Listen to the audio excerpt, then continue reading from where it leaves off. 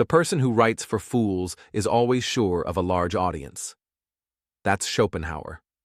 Let that echo in your mind for a moment. You, the good person, the one who tries to do right. Have you ever wondered why the world so often makes you feel like a fool? Why is it that the more decent you are, the more invisible, overlooked, or even mocked you become? Why do the ones who shout the loudest, who boast the most, seem to get ahead, while you, quiet, honest, well-meaning, get left behind? Let's start at the root. When you were a child, you learned to be good. Maybe you were taught to share, to say sorry, to put others first. You learned that kindness was the way to win love. You learned to avoid conflict, to smooth things over. You saw adults praise the polite, the obedient, the gentle. You wanted to be liked. You wanted to be safe. You wanted to belong. So you made yourself small. You hid your anger. You swallowed your pride. You became good. But did you ever notice the cost? Did you notice how the loud kids got what they wanted? How the bullies took up space and the teachers sometimes looked the other way? Did you see how the world rewarded boldness? Not always goodness? You grew up believing that if you were good, the world would be good to you. But the world isn't always fair. Schopenhauer saw this. He said, "The wise have always said the same things, and fools, who are the majority, have always done just the opposite." He saw that wisdom is rare and foolishness is everywhere. He saw that most people don't want to hear the truth. They want to feel superior. They want to be right. They want to win. They want to be seen. And so, the good person, quiet, honest, humble, becomes a fool in their eyes. Not because you are foolish, but because you refuse to play their game. You refuse to boast. You refuse to scheme. You refuse to step on others to get ahead. You hold your tongue when others shout. You listen when others interrupt. You forgive when others blame. You give when others take. And so, you are overlooked. You are underestimated. You are the idiot. Not in intelligence, but in the eyes of those who value noise over substance. Schopenhauer said, "You will see that in dealing with fools and blockheads, there is only one way of showing your intelligence, by having nothing to do with them." But how do you live in a world of fools? How do you stay good without becoming a victim? Here's the trap. You start to believe that your goodness is weakness. You start to doubt yourself. You start to wonder if you should become like them. You feel the sting of being misunderstood, the ache of being left out. You wonder if you're naive, if you're too soft, if you're the idiot. But here's the truth. The world needs good people. But it also needs wise people. It needs people who know when to speak and when to be silent. It needs people who can see through the games and choose not to play. Schopenhauer believed that sometimes the wisest thing is to play the fool. Not to actually be foolish, but to let others underestimate you. To hide your wisdom. To keep your strength quiet. Because when you announce your intelligence, your goodness, your strength, people feel threatened. They look for your flaws. They want to bring you down. But when you play the fool, you become invisible to their envy. You are free to observe, to learn, to act when it matters. This is not about hiding who you are. It's about choosing your battles. It's about knowing that not everyone deserves your truth. It's about protecting your peace. Jung said we all have an inner idiot, the part of us that is clumsy, impulsive, easily hurt. We fear being the fool. But wisdom is learning to live with that part of ourselves, to accept that sometimes we will be misunderstood. Sometimes we will be mocked. Sometimes we will be alone. But that does not make us wrong. It does not make us weak. It makes us human. So how do you move forward? Stop justifying your goodness to those who cannot see it. You do not need to prove your worth to fools. Start affirming your own value. Remind yourself that your kindness is strength, not weakness. Choose your peace over their approval.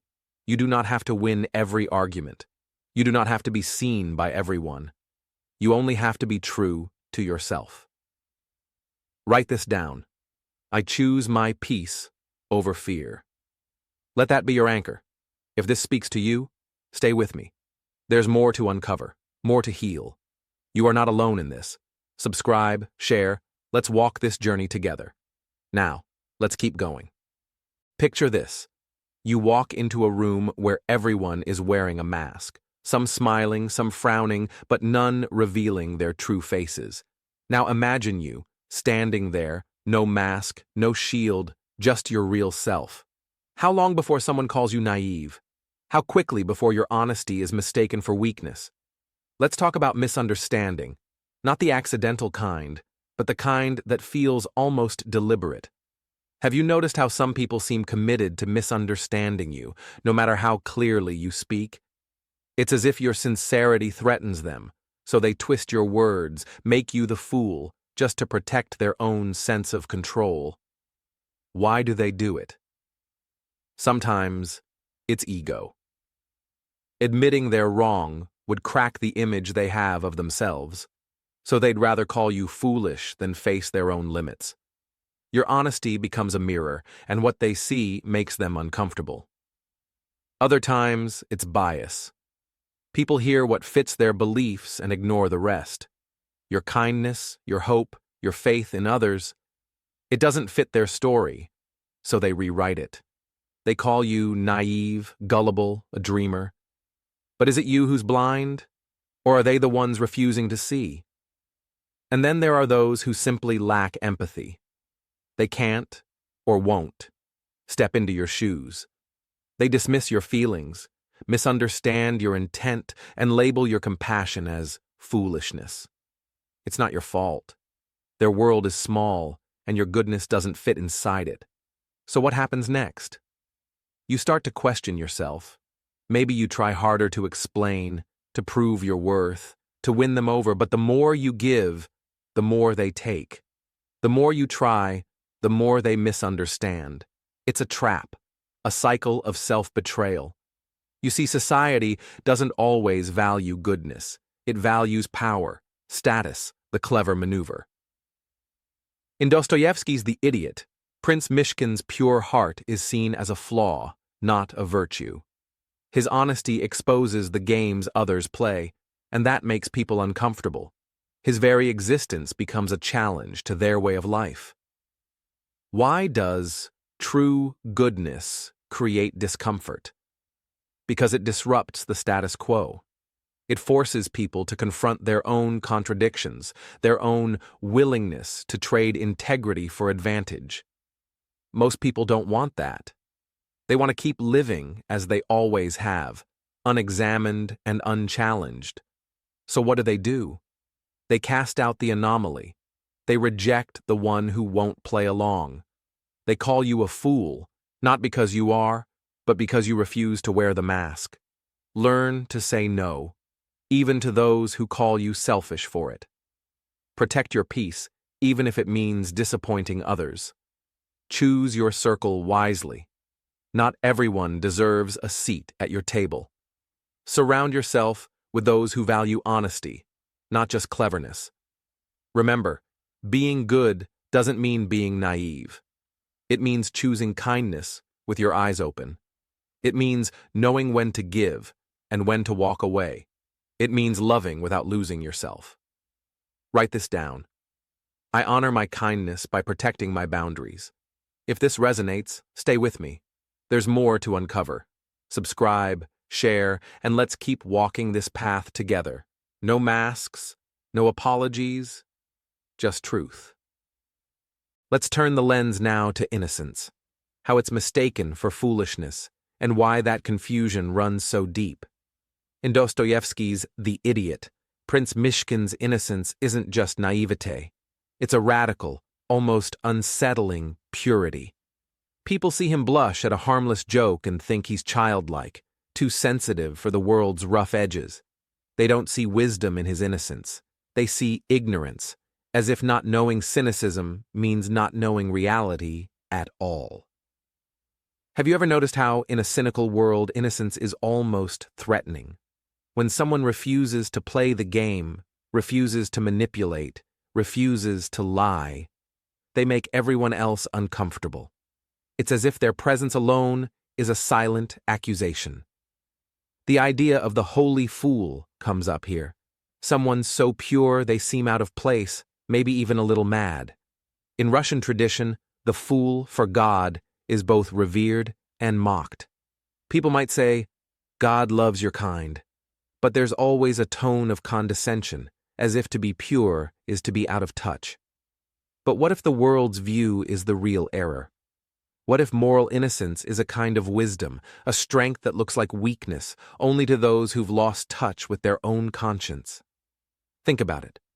When you act from a place of genuine goodness, you're not playing by the rules of power and calculation. Their innocence exposes the cynicism around them, and that makes others defensive. What does this mean for you? It means you'll be misunderstood. It means your purity might be called ignorance, your kindness called weakness. But it also means you're holding on to something rare, a kind of wisdom that's deeper than cleverness. If you want to walk this path, try these steps. Stop apologizing for your innocence. Don't let the world shame you for refusing to play dirty. Start recognizing your sensitivity as a gift, not a flaw. It's proof you haven't let the world harden you. Choose to see through the eyes of compassion, even when others mock you for it. Write this down. I honor my innocence as strength, not weakness. If you feel this, stay with me. Subscribe, share, and let's keep exploring what it means to be truly, radically good in a world that often mistakes light for foolishness. Let's shift now to the hidden cost of goodness, the way society quietly punishes those who refuse to play by its unwritten rules. Think about the world Prince Mishkin enters in The Idiot. It's not just that he's mocked for his honesty. It's that his refusal to manipulate, to scheme, to wear a mask makes him an outsider from the start. He's not just misunderstood, he's actively excluded. Why? Because in a world built on power games, goodness is disruptive. It shakes the foundation. When you act with pure motives, you don't just stand apart, you threaten the system. Your presence alone is a challenge, a question mark over everyone else's compromises. Have you ever noticed how people react when you refuse to gossip, or when you call out a small injustice? There's a discomfort, sometimes even anger. It's not just about you, it's about what you represent. Your goodness becomes a mirror, showing others their own willingness to bend the truth, to cut corners. This is why, so often, the good person is not only dismissed, but also isolated. Society absorbs those who conform and casts out those who won't. The fool is not the one who doesn't understand the rules, but the one who refuses to break them. It's a painful paradox. The more you hold on to your values, the more you risk suffering. History is full of people who paid the price for their integrity. Socrates, Gandhi, Martin Luther King Jr. Their stories remind us society resists what it cannot easily explain or control. But here's the deeper insight. Goodness, when it stands alone, becomes a kind of silent protest. It doesn't just survive, it exposes. It forces others to look at their own choices, and that's why it's so often rejected. So what can you do in a world that punishes sincerity? Stop expecting universal acceptance. Not everyone will celebrate your integrity, and that's not your failure. Start seeking out those rare souls who recognize and value true goodness. Build your own network of the kind-hearted. Choose to see your outsider status as a badge of courage, not a mark of shame. Write this down. I honor my values even when I stand alone. If you're ready to keep exploring these hard truths, subscribe and share. Let's build a space where goodness is not just tolerated, but celebrated. Let's explore a new angle. The hidden mental and emotional toll of being too good in a world that doesn't reward it. Have you ever found yourself saying yes when you wanted to say no, just to keep the peace? Maybe at work when your boss asks you to take on yet another project, or in your personal life, when a friend expects more than you can give. You tell yourself it's kindness, but inside, you feel a quiet exhaustion growing. This is one of the silent struggles of good people. The desire to be liked, to avoid conflict, to help others. These can quietly erode your own boundaries. Over time, you might notice you're not just helping, but sacrificing, always putting others ahead of yourself. What happens then? You lose touch with your own needs. You might even forget what you want, because you're so focused on what everyone else needs from you. This isn't just about being nice. It's about losing your sense of self. In relationships, this can create a dangerous imbalance. Maybe you let things slide when your partner or friend treats you poorly. You make excuses for them, telling yourself you're being understanding, but really, you're letting harmful behavior go unchallenged. At work, it's the same story. You become the go-to person for every extra task. You work late, take on more, and feel guilty if you even think about saying no. The result? Burnout, resentment, and a creeping sense that your life isn't really your own anymore. But why does this happen? Because the world often mistakes your kindness for weakness. People push your boundaries, not always out of malice, but because you've taught them you'll always say yes. Over time, you become invisible, valued for what you give, not for who you are. This is the hidden cost of goodness. When you don't protect your own needs, you risk losing yourself. So how do you reclaim your sense of self without giving up your kindness? Stop sacrificing your needs for the sake of harmony. Your well-being matters just as much as anyone else's. Start practicing saying no with kindness and clarity. It's not selfish to protect your boundaries. It's necessary for your health. Choose to check in with yourself. Ask, what do I want? What do I need right now? And honor the answer, even if it disappoints someone else. Write this down. I protect my boundaries because I value myself. If this feels true for you, stay with me. Subscribe, share, and let's keep learning how to be both good and whole, not just for others, but for ourselves. Let's dive into the paradox of suffering, why, despite your best intentions, being good doesn't shield you from pain or injustice. You might have noticed, life doesn't hand out rewards for kindness. You can be honest, generous, and still face hardship, illness, or betrayal. There's no cosmic scoreboard where your good deeds guarantee safety or happiness. Have you ever wondered why bad things happen to good people? Why your efforts go unnoticed, your sacrifices unappreciated? Sometimes it feels like the more you give, the more invisible you become. You hold the door, you listen, you forgive, yet the world keeps moving, barely glancing in your direction. It's a hard truth. Goodness grants neither immunity from suffering nor compensation for your pain. You might get sick, lose a job, or face heartbreak, regardless of how kind you are. Life is not a fair system of moral checks and balances. And then there's the sting of unreciprocated kindness. You show up for others, but when you need help, the room is empty. You wonder, what's the point? Why do I keep giving when no one seems to care? But here's the deeper layer. The world is full of people absorbed in their own struggles. They might not notice your goodness, not because it's worthless, but because they're too busy surviving their own storms. This can leave you feeling misunderstood, even foolish. You question if you're doing something wrong, if your kindness is misplaced. The pain of being overlooked can make you want to harden, to stop caring, to join the crowd that looks out only for itself. But Dostoevsky's The Idiot offers another perspective. Prince Mishkin's suffering is not just a result of his goodness, but of the world's inability to recognize or value it. His pain is a mirror reflecting society's discomfort with true compassion. His presence exposes the compromises others have made, and that's why he's rejected. Not because he's wrong, but because he's different. So what can you do when your goodness seems to bring more pain than joy? Stop expecting fairness from the world. Life is unpredictable, and goodness is not a shield against fate. Start recognizing your own worth, independent of others' recognition or reward. Your value isn't measured by applause. Choose to keep your heart open, but protect it with wisdom. Give, but don't let yourself be depleted. Write this down. I honor my kindness, even when it goes unseen.